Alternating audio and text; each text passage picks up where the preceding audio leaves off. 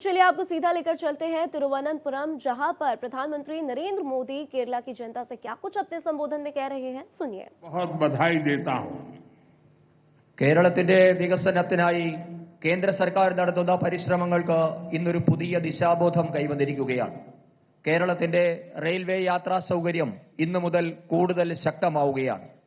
രാജ്യത്തെ വലിയ സ്റ്റാർട്ടപ്പ് കേന്ദ്രമായി തിരുവനന്തപുരത്തെ മാറ്റുന്നതിനുള്ള ആദ്യ ചുവട് ഇന്ന് വെക്കുകയാണ്. രാജ്യത്തെ മുഴുവൻ പാവപ്പെട്ടവരുടെയും ഉന്നമനത്തിനായി നടപ്പാക്കുന്ന ഒരു മഹത്തായ സംരംഭത്തിനും തിരുവനന്തപുരത്ത് ഇന്ന് തുടക്കമായിട്ടുണ്ട്. ഇന്നാണ് രാജ്യത്ത് പ്രധാനമന്ത്രി സ്വനിധി ക്രെഡിറ്റ് കാർഡ് പദ്ധതിക്ക് തുടക്കമായത്. ഇതുമൂലം രാജ്യത്തെ ഉന്തുവണ്ടി കച്ചവടക്കാർ, തട്ടുകടക്കാർ, വഴിയോര കച്ചവടക്കാർ എന്നിവർക്കാണ് അതിന്റെ ഗുണം കിട്ടുക.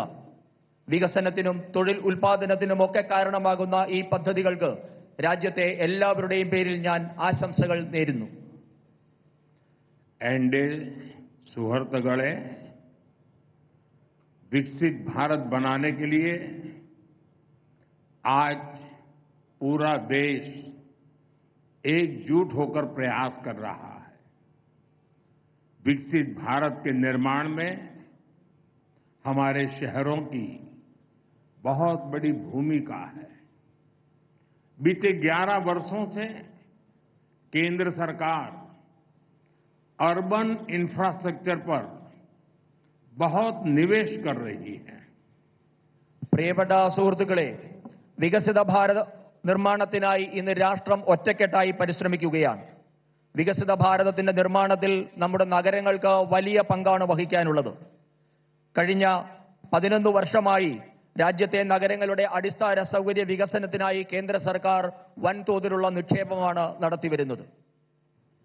सुहृदगणे, केंद्र सरकार शहर के गरीब परिवारों के लिए भी बहुत काम कर रही है.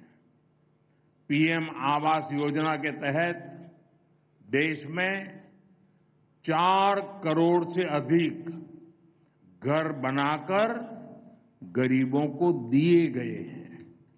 इनमें शहरी गरीबों के लिए 1 करोड़ से अधिक घर बनाए गए हैं. केरला के करीब 1.25 लाख शहरी गरीबों को भी उनका पक्का घर मिला है. പ്രിയപ്പെട്ടവരെ, നഗരങ്ങളിലെ ദരിദ്ര കുടുംബങ്ങളുടെ ഉന്നമനത്തിനായി കേന്ദ്ര സർക്കാർ നിരവധി കാര്യങ്ങളാണ് ചെയ്തുകൊണ്ടിരിക്കുന്നത്.